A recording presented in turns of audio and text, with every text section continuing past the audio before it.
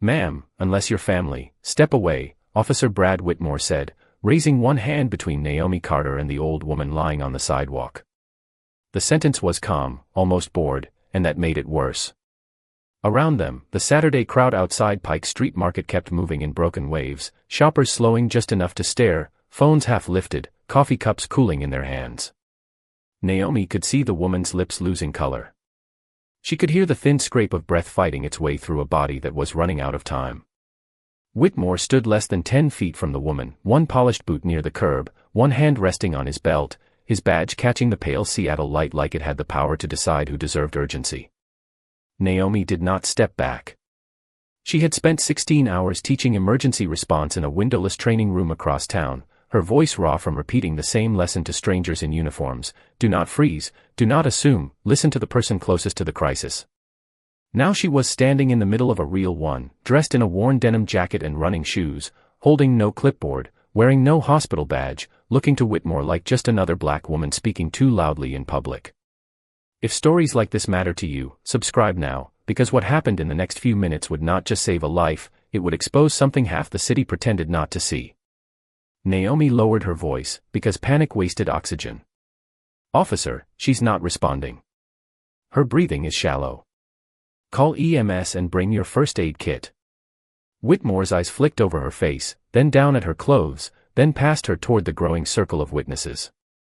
"I said step away. We've got it handled." But no one had it handled. The old woman's purse lay open beside her, peppermint candy scattered across the wet concrete like tiny white stones. A bus hissed at the curb. Somewhere behind Naomi, a teenage boy whispered, "Yo, he's not even helping her," and the quiet click of a phone camera began recording.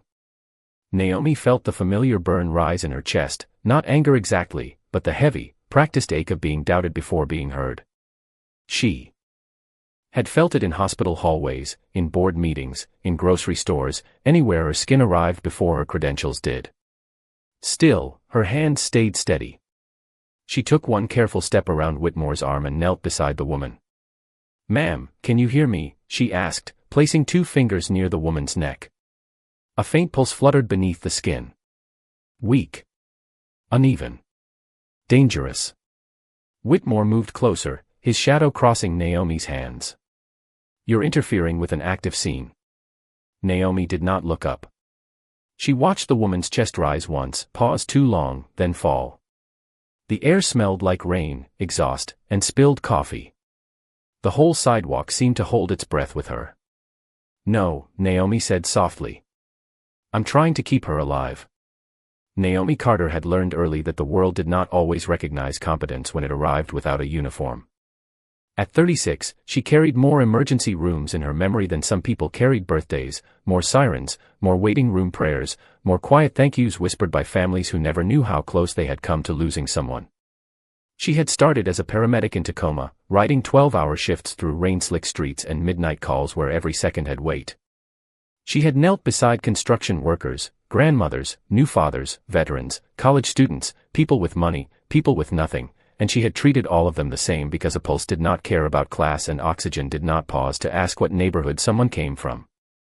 Years later, after an injury in her shoulder made ambulance work harder, she moved into training. Hospitals called her when their new staff needed calm hands.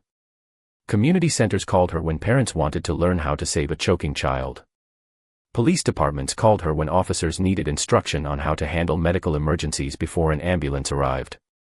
That morning, she had stood in a fluorescent-lit room 3 miles from the market, teaching a class on respiratory distress to 15 public safety trainees who stared at the clock until she made them understand that hesitation could become a decision someone never survived. She had repeated it slowly, almost like a prayer. Listen first. Look closely. Never dismiss a bystander who may know more than you do.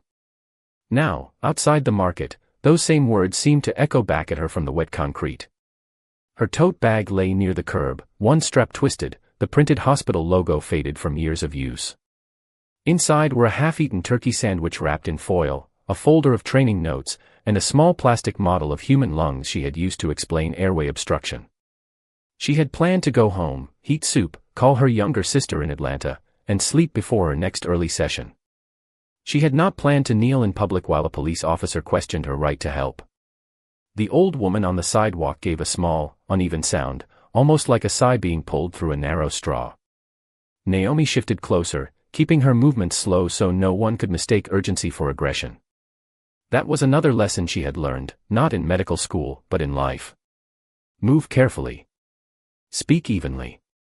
Keep your hands visible. Be twice as calm, even when the room is already wrong about you. Sir, she said, still watching the woman's chest, I need someone to tell dispatch she may be in respiratory failure.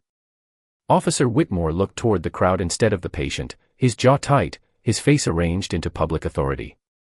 Emergency services are on the way, he said, though Naomi had not heard him call them.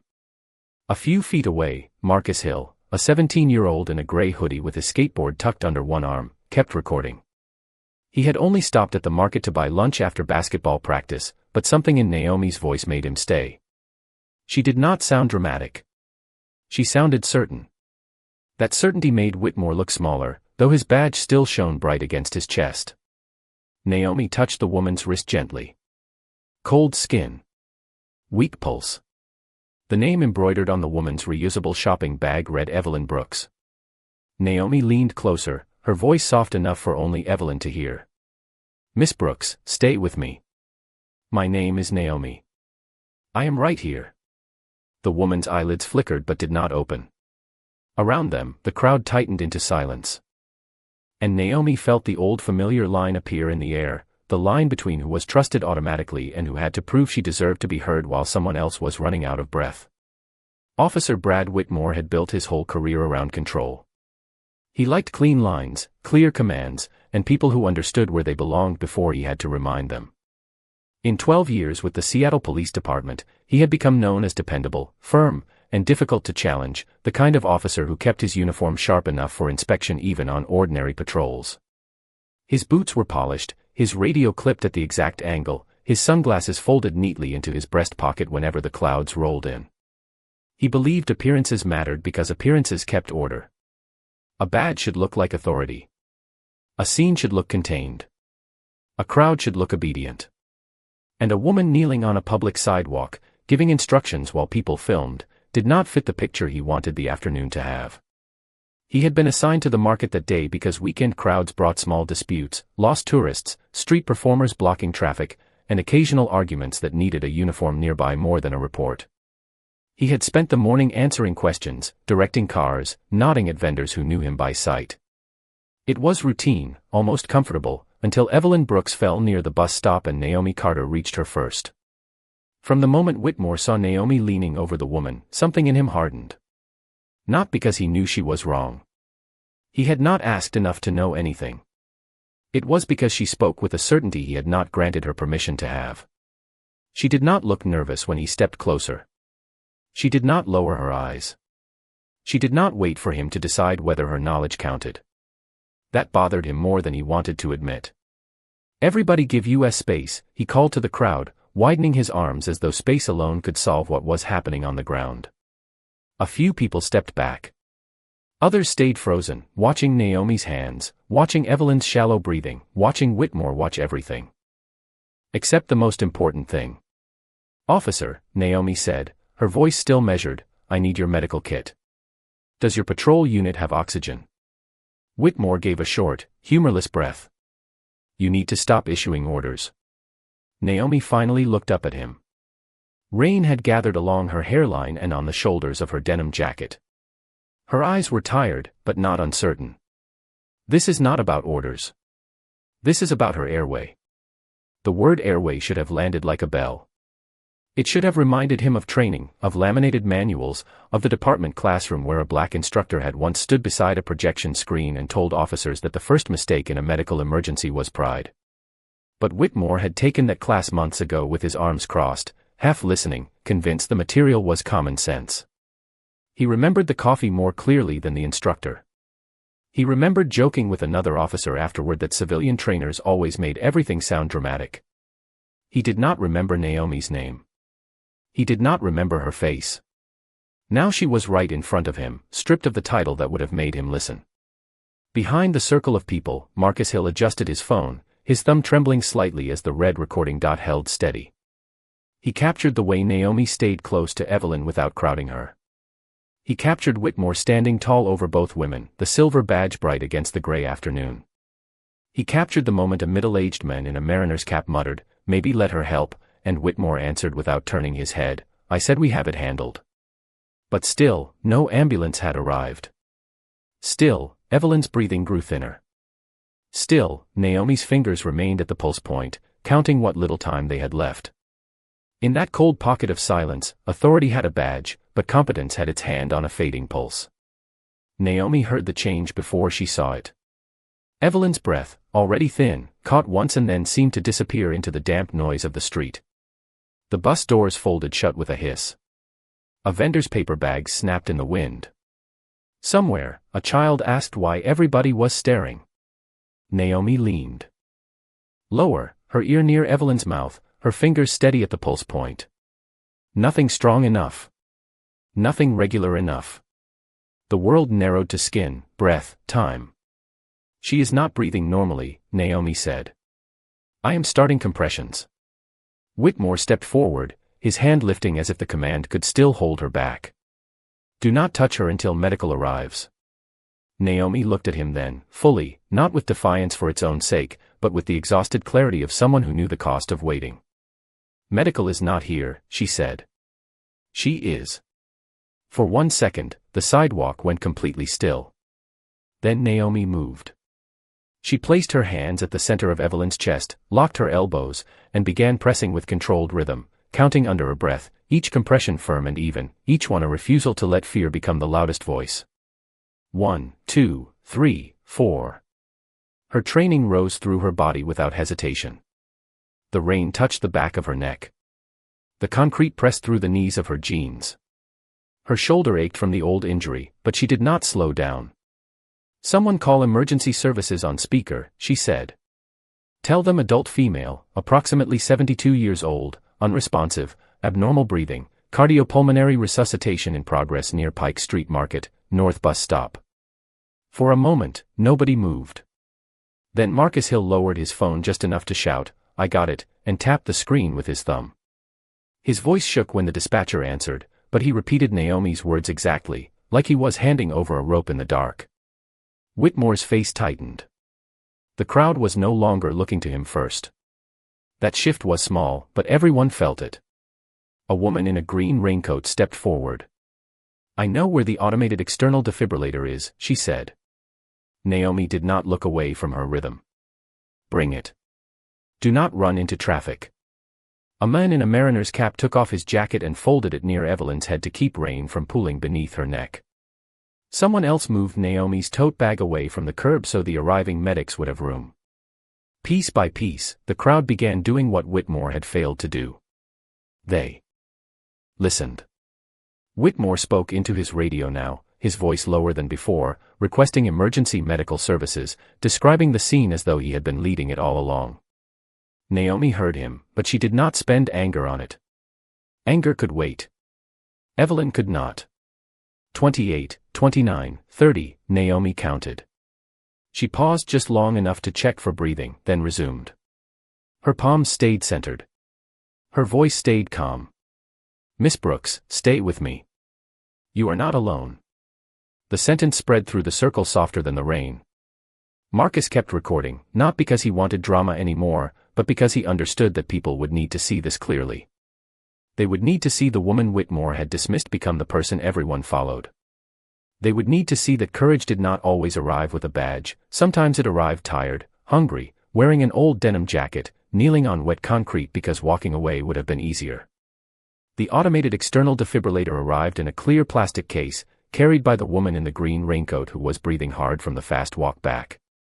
She dropped to her knees beside Naomi, rain running from her sleeves, and opened it with shaking fingers. "I have never used one before," she said. Naomi kept the rhythm steady, her palms pressing down and releasing, pressing down and releasing. "That is okay. Turn it on. It will talk to us." The machine's calm electronic voice cut through the crowd, strangely gentle against the hiss of traffic and the distant cry of sirens. Naomi followed each instruction without wasting a movement.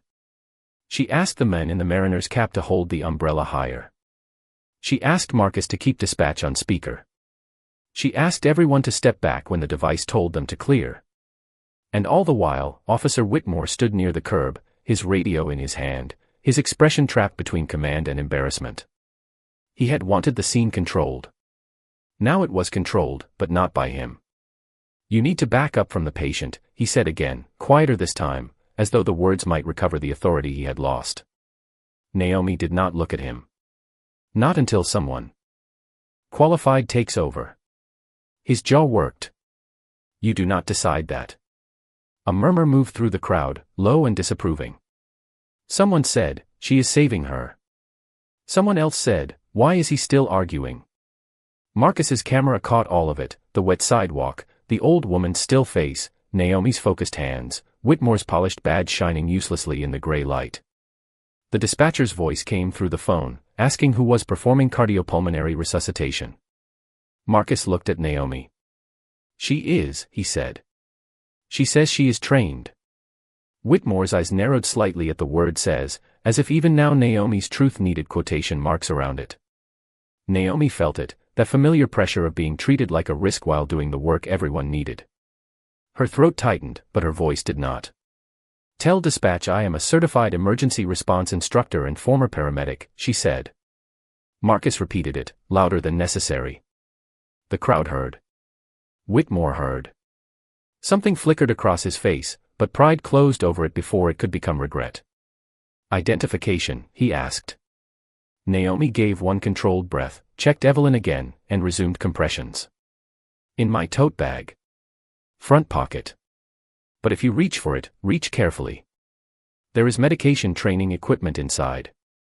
The sentence was ordinary, practical, harmless, but Whitmore stiffened as though she had challenged him in front of the whole street.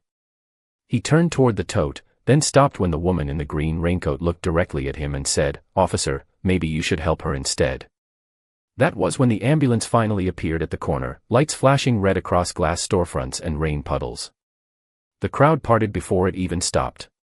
Two paramedics stepped out with a stretcher and medical bags, moving fast but calm. The first paramedic, a broad-shouldered man with silver at his temples, looked down at Naomi's hand placement, the open defibrillator, the phone on speaker, the organized circle of bystanders. "Who started compressions?" he asked. "I did," Naomi said, breathless now but steady. He looked at her face, then froze for half a heartbeat. Naomi Carter. The name landed harder than any siren. The second paramedic turned. "The instructor from Harborview."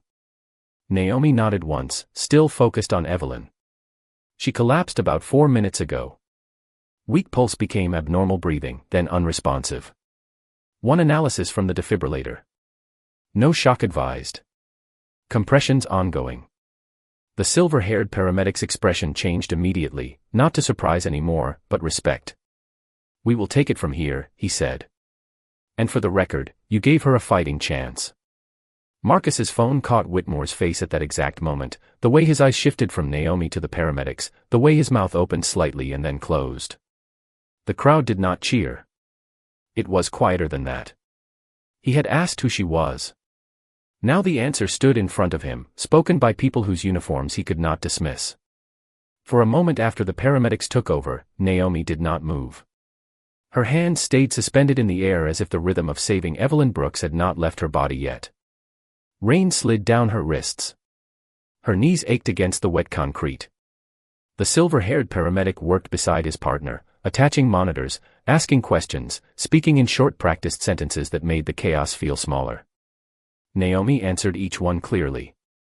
Age approximately 72. Collapse witnessed. Abnormal breathing. Compression started within seconds. Automated external defibrillator applied. No shock advised. The words came from her mouth like steps on a staircase, each one leading Evelyn farther from the edge. Then the paramedic looked up and said, "Pulse is improving." The crowd exhaled as one body. Someone covered their mouth. Someone whispered, "Thank God." Marcus lowered his phone a few inches, his eyes wide, not wanting to miss anything and not wanting to turn a human life into a spectacle. Officer Whitmore stood near the patrol car, suddenly too still, his radio quiet now, his shoulders squared but hollow. Naomi could feel him looking at her, but she did not return the glance. She watched Evelyn instead. The older woman's eyelids fluttered faintly as the paramedics lifted her onto the stretcher and secured the straps across the blanket. Naomi reached for the shopping bag with Evelyn's name stitched on it and handed it to the second paramedic. Her identification may be inside, she said. She had peppermint candy scattered near her. Check blood sugar as soon as you can. The paramedic nodded. We will. As the stretcher rolled toward the ambulance, one of Evelyn's hands shifted from beneath the blanket, fingers curling weakly around the edge. Naomi stepped closer without thinking, just enough for Evelyn's eyes to find her. They opened only halfway, cloudy with confusion, but alive. You are going to the hospital, Miss Brooks, Naomi said softly. You are not alone. Evelyn's lips moved, barely forming sound. Thank you. It was not loud. It was not dramatic. It was only 2 words, fragile as breath on glass, but it struck the sidewalk harder than any accusation could have. If this moment touched your heart, remember Naomi, because sometimes courage is not loud, and sometimes the strongest person in the crowd is the one still gentle after being doubted. The ambulance doors closed with a heavy click. The siren rose and pulled away into the gray afternoon, leaving behind wet pavement, scattered peppermint candies, and a silence nobody knew how to fill. Naomi bent down and gathered the candies one by one, not because they mattered medically now, but because they belonged to Evelyn, because small things deserved care too. The woman in the green raincoat knelt beside her and helped without speaking.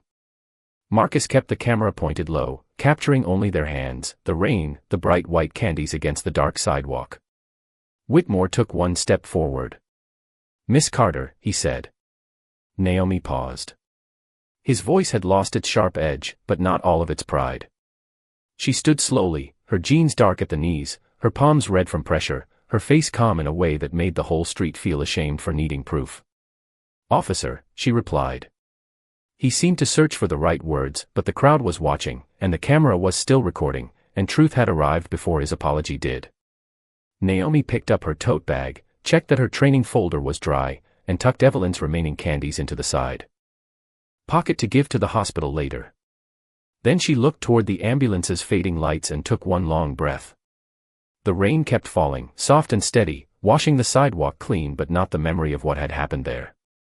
By the time Naomi reached Harborview Medical Center, Marcus Hill's video had already outrun the rain. It moved from one phone to another before the ambulance finished crossing downtown, shared first by students, then nurses, then strangers who watched it on buses, in break rooms, in apartment kitchens, and beside hospital beds with the volume turned low. The caption was simple, he ignored her.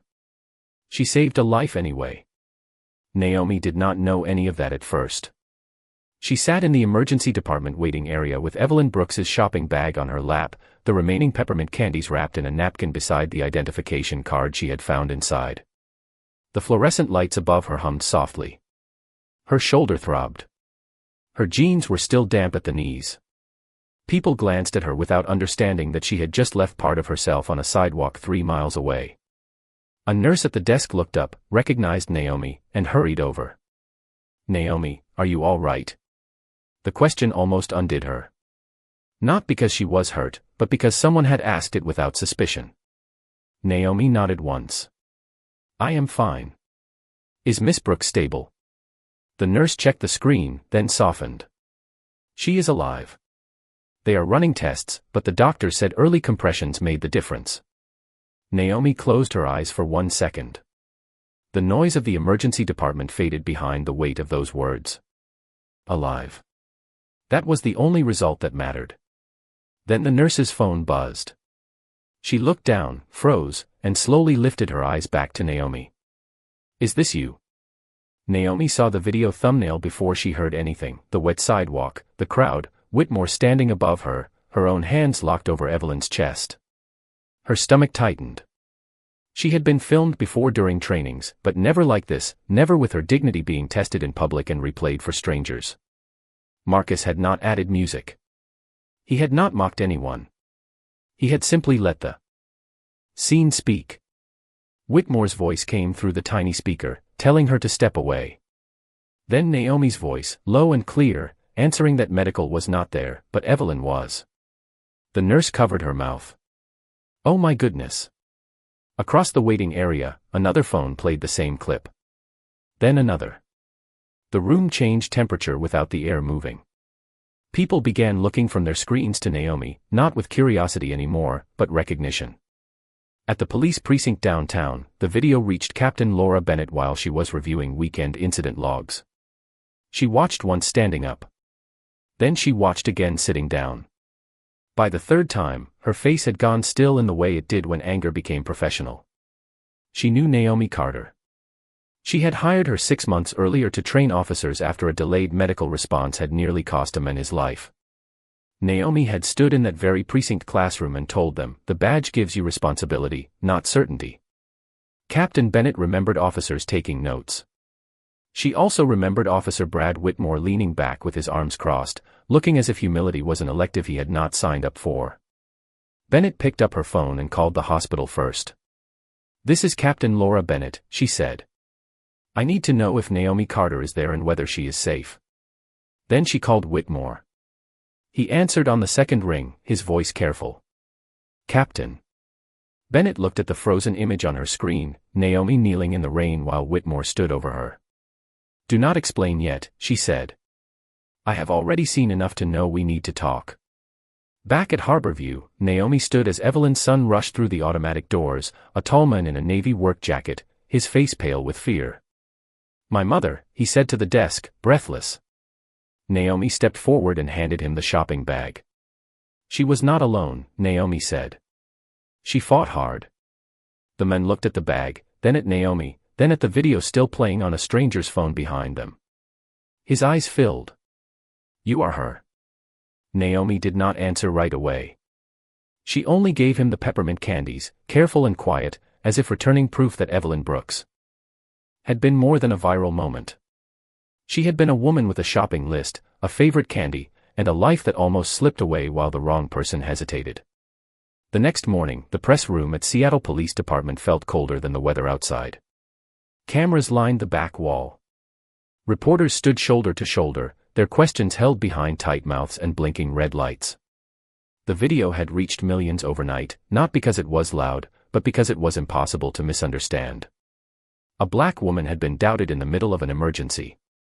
A white officer had treated her knowledge like a threat. A 72-year-old woman was alive because Naomi Carter chose the patient over pride. Naomi stood near the side of the room in a charcoal sweater borrowed from her sister, her hair pulled back, her hands folded in front of her. She did not want the cameras. She did not want speeches. She had come because Captain Laura Bennett asked her personally, and because Evelyn Brooks's son had called before sunrise to say his mother was awake, weak but smiling, asking for the woman with the calm voice. That was the only reason Naomi had slept at all. Captain Bennett stepped to the microphone first, her uniform crisp, her expression clear. Yesterday afternoon, during a medical emergency near Pike Street Market, Naomi Carter, a certified emergency response instructor and former paramedic, provided life-saving aid to Miss Evelyn Brooks before emergency medical services arrived. Miss Carter has trained members of this department in emergency medical response, including officers from the Central Precinct. What happened before she was allowed to help did not meet the standard of service this city deserves. The room clicked and flashed. Officer Brad Whitmore stood several feet behind her, his face drawn, his posture straight but stripped of the easy certainty Naomi had seen on the sidewalk. For once, his badge did not make the room lean toward him. It made the silence around him heavier. Captain Bennett turned slightly. Officer Whitmore has asked to address Miss Carter directly. Whitmore stepped forward. His eyes found Naomi, then dropped for a moment as if the floor had become easier to face than her calm. When he spoke, his voice was lower than it had been in the street. Miss Carter, I failed to listen. I made assumptions about you before I asked who you were or what you knew. Because of that, I delayed help that Miss Brooks needed immediately. I am sorry. The apology hung in the room, clean but incomplete, like a door opened only halfway. Naomi studied him for a long second. She could have sharpened the moment. She could have reminded him that the crowd had needed to defend her before he respected her. She could have let the cameras carry her anger into every living room in America. But revenge had never been her language. Truth was enough. She stepped to the microphone, and the room shifted toward her. "I accept the apology," she said, "but I need everyone listening to understand something. I did not need Officer Whitmore to know my resume before he treated me like a human being. I did not need him to recognize my training before he recognized urgency. When a black woman says someone is in danger, the first question should not be whether she belongs there. The first question should be how can we help?" No one spoke. Even the cameras seemed quieter. Whitmore's face tightened, not with anger this time, but with the kind of shame that finally has nowhere to hide. Naomi turned slightly toward him. "Your badge gives you responsibility, not certainty. Use it that way next time." Captain Bennett lowered her eyes for a breath, then nodded once, as if Naomi had said what policy could not. Later, outside the building, Marcus Hill waited near the steps with his skateboard under one arm. He looked nervous when Naomi approached. "I hope it was okay that I posted it," he said. Naomi looked at the teenager who had understood, before most adults did, that witnessing could become protection. "You told the truth," she said. Marcus swallowed and nodded. Across the street, rainwater slid along the curb in silver lines, carrying yesterday's dust toward the drain. Naomi walked past the cameras without raising her voice, without lifting a fist, without performing triumph. Behind her, a police department had been forced to look at itself. Ahead of her, a hospital shift was beginning. She pulled her coat tighter and kept walking. 3 days later, the rain finally stopped over Seattle, leaving the city rinsed and bright beneath a pale morning sun. Naomi Carter returned to Pike Street Market before her hospital training shift, not because anyone had asked her to, but because something in her needed to see the place quiet again. The bus stop looked ordinary now. People carried flowers, coffee, paper bags of fruit, and nothing about the clean sidewalk told strangers that an old woman had almost left the world there while a crowd learned the difference between authority and wisdom. Naomi stood near the curb with her hands in her coat pockets, watching the traffic slide past in silver streaks. On the lamppost beside the stop, someone had taped a small white card inside a plastic sleeve to protect it from the weather. The handwriting was uneven but careful. "Thank you, Naomi." Underneath it, in smaller letters, someone had written, "She heard what others ignored." Naomi touched the edge of the plastic with 2 fingers. She did not smile at first. Her throat tightened instead, because public praise felt heavier than private gratitude. She had not saved Evelyn Brooks to become a symbol. She had done it because breath mattered, because life mattered, because the right thing did not become complicated until people made it that way. Behind her, a familiar voice said, "She asked me to bring you this." Naomi turned. Evelyn's son stood there in the same navy work jacket from the hospital, holding a small paper bag. His eyes looked tired, but peaceful now. "My mother is sitting up. Complaining about the hospital oatmeal. That is how we know she is getting better." This time Naomi smiled. He handed her the bag. Inside was a fresh pack of peppermint candies and a folded note. Naomi opened it slowly. The message was short. "You did not know me, but you stayed. I will remember that every day I have left." Naomi pressed the note gently between her palms. For a moment, neither of them spoke. The market moved around them, shoes on pavement, vendors calling out prices, a bus sighing at the curb, ordinary. Life continuing because one woman had refused to step away. Later that week, Captain Laura Bennett announced new emergency response training for every precinct, with Naomi leading the first session. Officer Brad Whitmore attended without complaint. He sat in the front row this time, no crossed arms, no distant stare. When Naomi entered the room, he stood with the others, not because policy told him to, but because shame had finally grown into respect. Naomi did not punish him with her eyes. She opened her folder, placed the small plastic model of human lungs on the table, and began the same way she always did. In an emergency, humility can save more time than pride. No one laughed. No one looked at the clock. They listened. Months passed, and the video became one of those clips people shared whenever someone needed to be reminded that dignity can stand quietly and still change a city. Marcus Hill wrote his college essay about that day, not about going viral, but about what it meant to witness the truth and not look away. Evelyn Brooks returned to the market with a cane and a brighter scarf, always carrying peppermint candies in her purse, always checking the lamppost before she boarded the bus. And Naomi kept working. She trained officers, nurses, parents, teachers, and teenagers.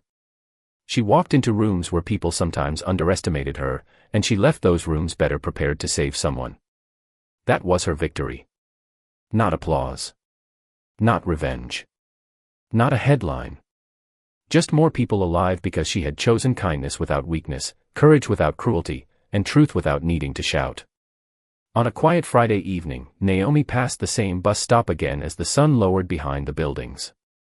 The white card was still there, softened at the corners but readable. She paused only a second this time, then continued down the sidewalk toward the hospital lights. Her shadow stretched long across the concrete, steady and unhurried. The city did not stop for her. It did not need to. Somewhere, a siren faded into the distance. Somewhere, someone was learning to listen. And maybe that is the real question left for all of us. When the next Naomi speaks up, will we doubt her first, or will we finally hear her?